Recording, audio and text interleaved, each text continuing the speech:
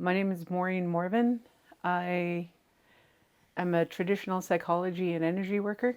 We read energy on the body, and when we're reading people, what we see is not only the energy of the person, but it looks like an X-ray. One of the things that you need to know about working with me is that we refer to myself as we, because we like to acknowledge the ancestors that walk with me. And we know that everything that we do that's good in the world, we don't do on my own. We do it with the ancestors. So, not to be confused by me saying we when we're referring to myself. And one of the things that we know about energy is that every energy can be transformed. We're talking about the heavy energies on the body. Where we like to start with people is to understand the protections, because the whole world is heavy as we experience it. There's a lot of conflict in the world, and a lot of people have gone through trauma.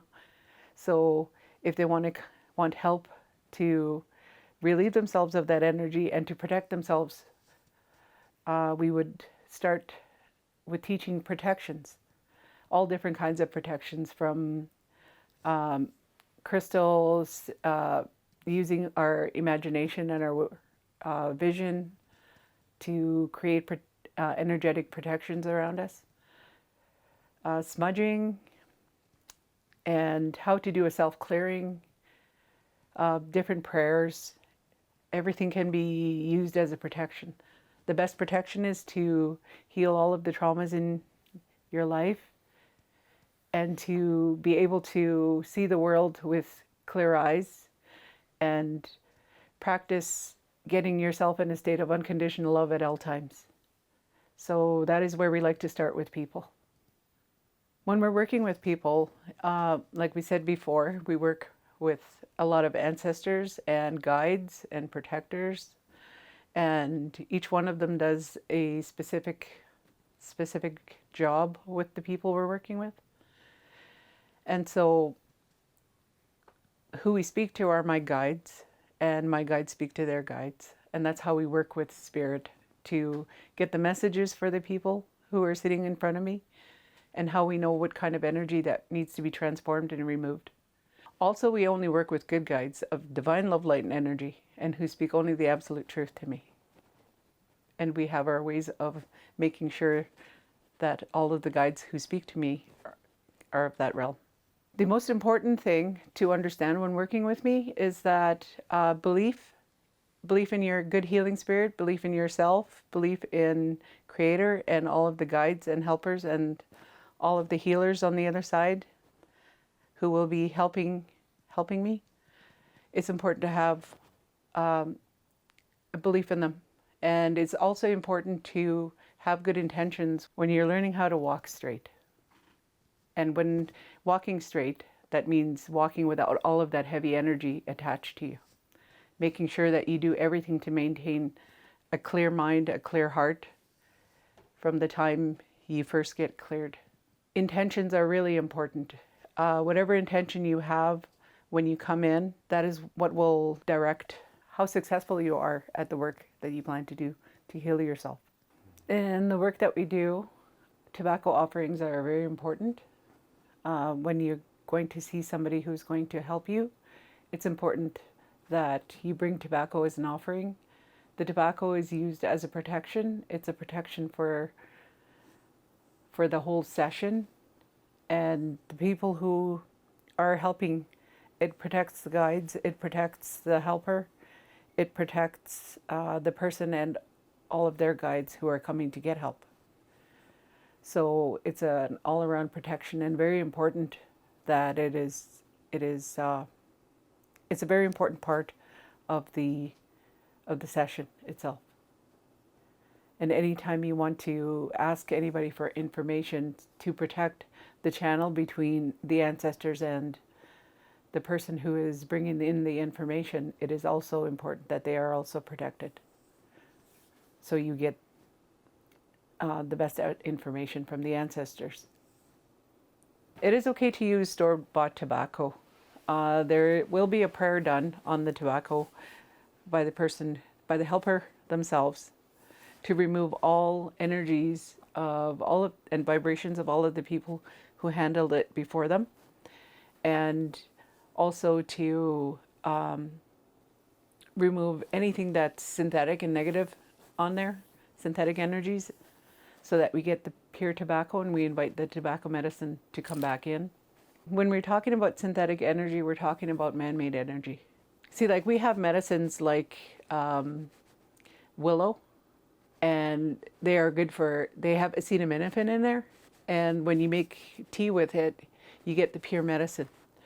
And when you get it in the store, it's called Tylenol or acetaminophen. And there's a lot of things added to it to hold these little pills together. That's all synthetic energy. And they interfere actually with the way the willow would work on its own. For me, the definition of standing medicine people are all of the people like Devil's Club, cedar, tobacco, anything that we use for medicine. They belong to the standing medicine people. Part of the teachings for this work is learning spiritual hygiene. And spiritual hygiene is anything that helps you to keep all of your energies clean and clear. Your thoughts, your feelings, your emotions, your physical space, your physical self, anything that you occupy as part of either your home or like maybe your vehicle. Everything needs to be clean and clear of all kinds of obstacles and energies that can collect, for lack of a better term, negative stuff.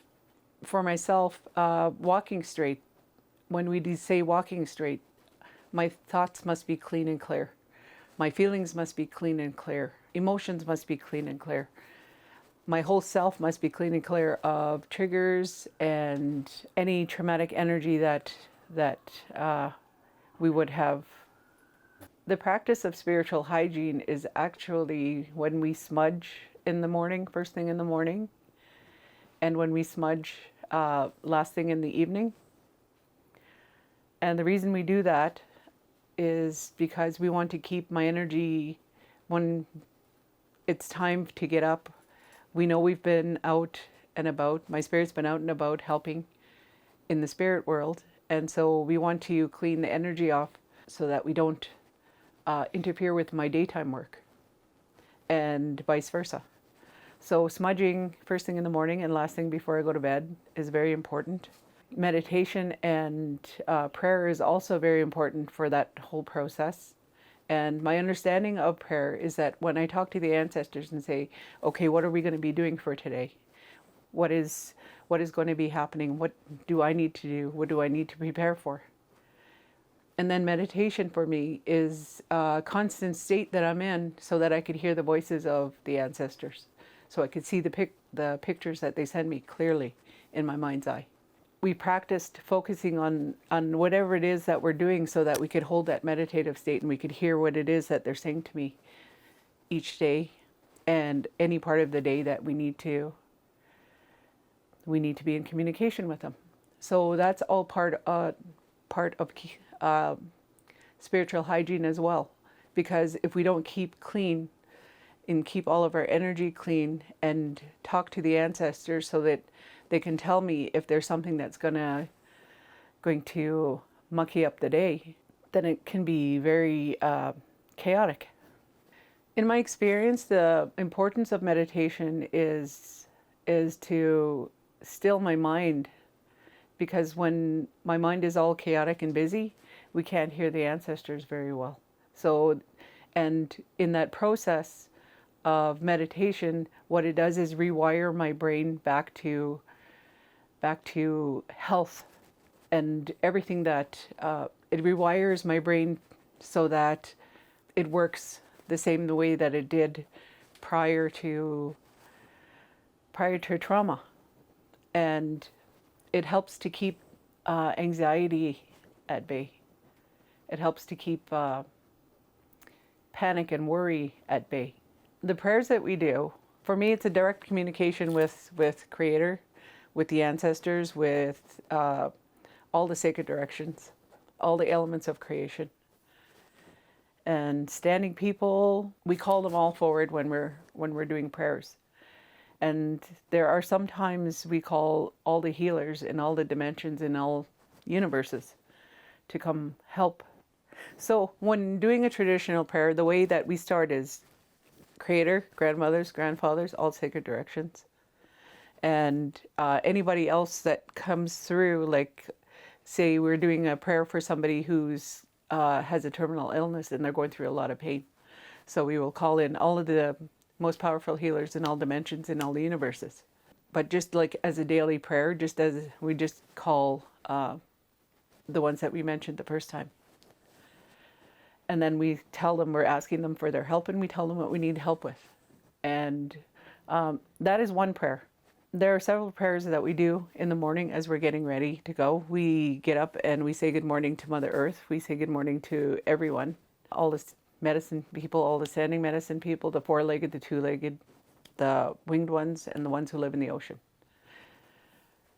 And we send out all kinds of unconditional love to all of them first thing in the morning. And then we do say prayers for all of the people who are suffering. We say prayers for all the people with terminal illness. We say prayers for all the brothers and sisters of the world. And it's kind of like all these different prayers that we say just as we feel them coming through. And they all start off the same. We're calling in for help for all of them. So they all start off the same. Creator, grandmothers, grandfathers, all sacred directions. When we end a prayer, we always end it with all my relations. And for me, that means I am part of everything and everything is part of me. Permission is a very, very big part of healing in the way that all spirit works on permission. So in order for the guides and the protectors and the healers on the other side, for all of them to come help, we have to give them permission. We have to give our own spirit permission. And so as soon as we call them for help, we're giving them permission to help us. And then at the same time, we have to give ourselves permission. So like I would say, Maureen, you have permission to heal. Maureen, you have permission to do what you need to do to help yourself. And so we give that permission. The next part of that is that we have to take back permission from everything that is bothering us, like anger, rage, hate, worry, all of them. We take permission back from all of that. And we tell them, you do not have my permission to be here. And that they have to go away. And you tell them, I block you, I block you, I block you from coming back to harm me or anybody else that I love ever again. And every time you have to take permission away because in my understanding, those little dark ones, they're like toddlers. They're like 2-year-olds. They'll keep touching something as long as you're not paying attention to it. So you got to pay attention and make sure you take permission back every single time. One of the other things that I want people to know when they're working with me is that in order for us to pass a message, we pass the message as it's given to me, and the ancestors tell it like it is. They don't sugarcoat anything. They don't politically correct anything. They just tell it in exact facts only. In my understanding of that, energy, everything is energy. So all of the energies have to match the message that is being brought through. And so the wording has to match. So we might not say something the way somebody else will say it. Even if the meaning is the same, it has to match energies. And so that is why we get picky about words. A lot of the work that we do has to do with unresolved trauma. And unresolved trauma is, in my understanding, it is a pocket of energy that sits in the body. It's called a trigger. And it hasn't been healed yet. It hasn't been understood yet. So sometimes we go through life just thinking, well, this happened to me today, and we'll pick up and carry on, not thinking or knowing that, or even understanding that this pocket of energy is now sitting inside of our body somewhere. It could be in our heart. It could be in our stomach. It could be in our legs. It could be in our arms. It could be in our head. What makes it unresolved is that we just leave it there. And what happens with that is that it sits there and it festers. It sits there and waits dormant until a time when it can come out and trigger a reaction to an occurrence that's happening outside of us. And that is our unresolved trauma in trigger form. When we're learning how to heal ourselves, there's what we call work. This means following a set of protocols that are set out for us by the helper, the person who's helping us, and or the elder, or whoever it may be at the time. Like my teachers used to say, well, you smudge at this time and you smudge at this time. And in between here, you're going to do these prayers. And so throughout that day, this is what we did. That's the work. That's the beginning part of what we did. If something got triggered and rose up and we didn't address it, then we didn't do that work that day. So if we get triggered in any way, it's very important that we address it the same day. Otherwise, it starts to grow again and it starts to turn into something that is going to be harder to remove the next time.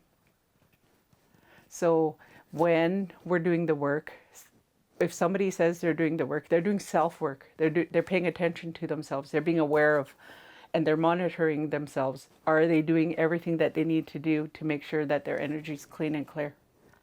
When we are looking for a helper, we look for what we call a genuine helper.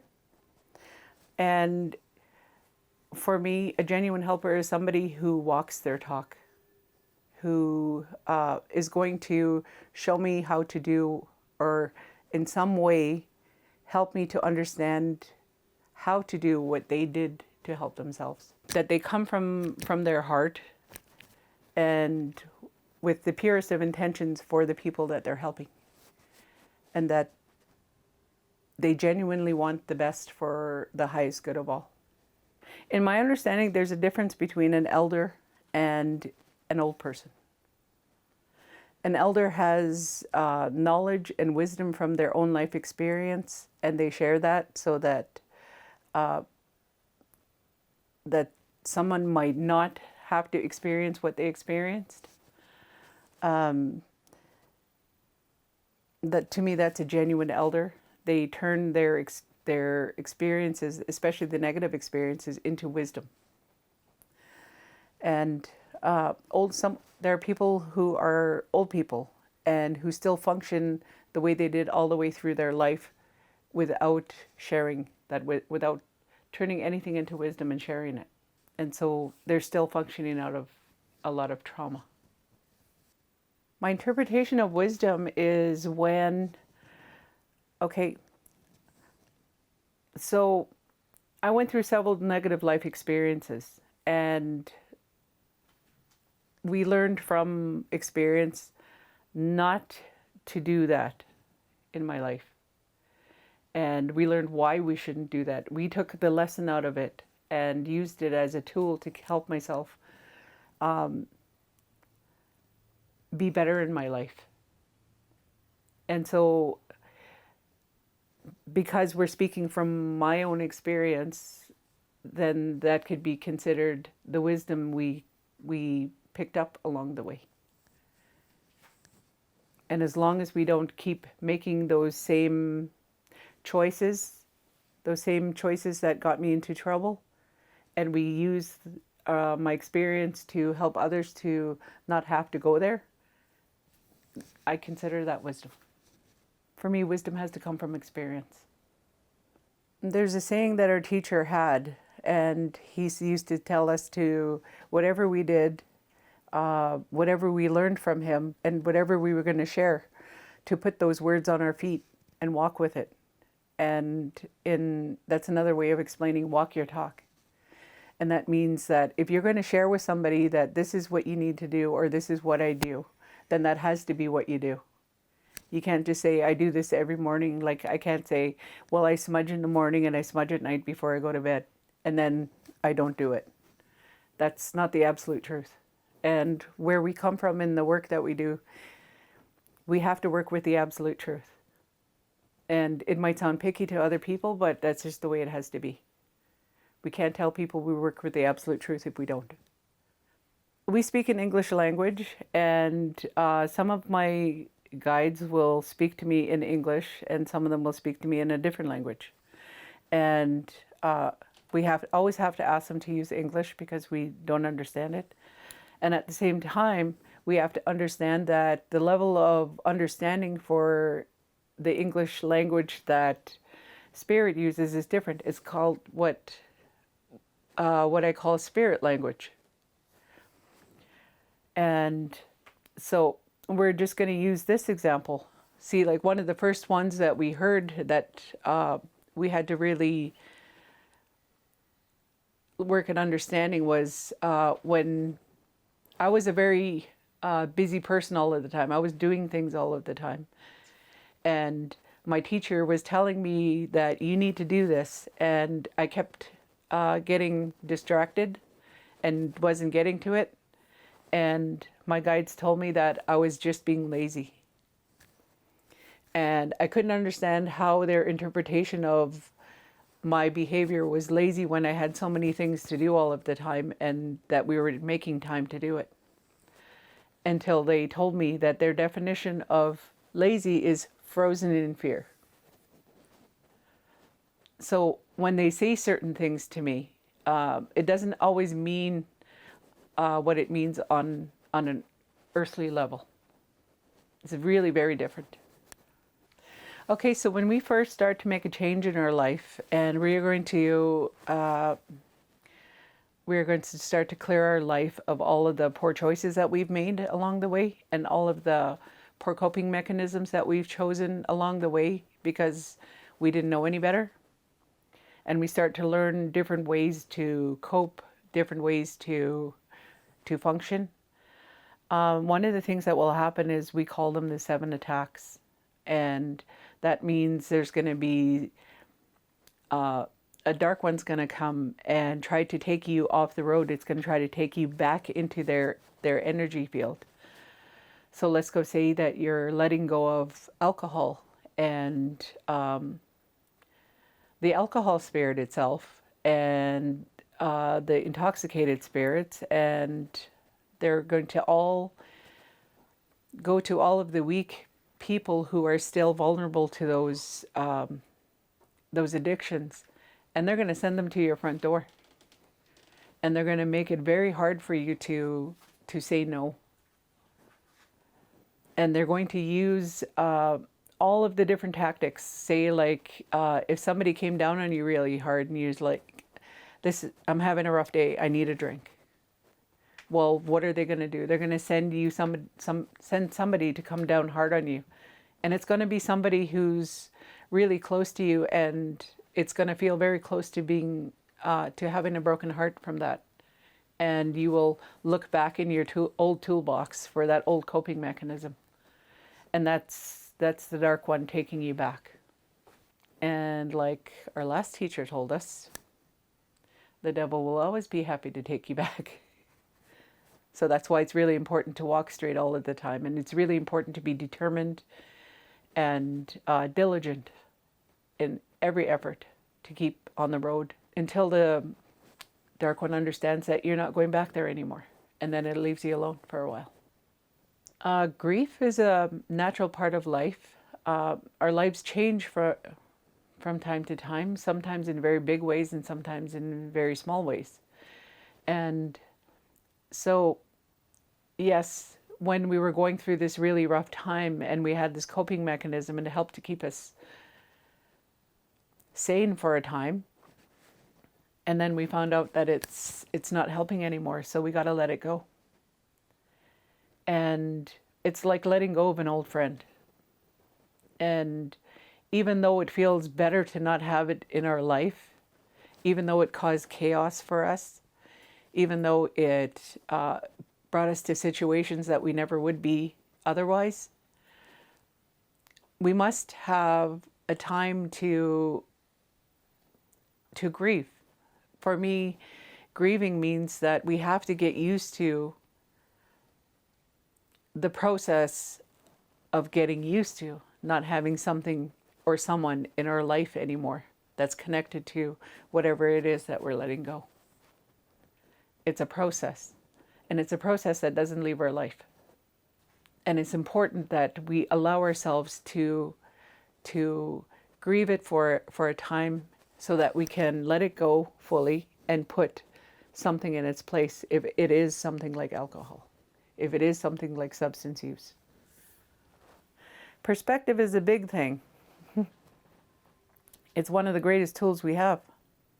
We'll put it this way. Once we choose to look at things not as conflict or obstacles, and look at them as opportunities and door openings, then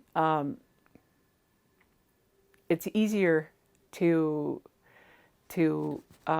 face all of the different things that are going to happen. See, one of the things that we learned early on is that when people don't like what you're doing, they're going to pick it to pieces. And so rather than feel bad about people picking it to pieces, we looked at it as an opportunity to hand it over to somebody who's going to pick it to pieces, and we could see where all the holes are in our original plan and plug those up without having to go look for all of those holes myself. So that's an opportunity. When somebody's going to challenge whatever it is that we're talking about, it gives me an opportunity to expand on it. We don't have to shrink back and say they don't believe in me, so I don't have to make myself small about it. I can expand on it. And the more they keep challenging, the more I can keep expanding. So it gets to be a bigger and bigger opportunity each time.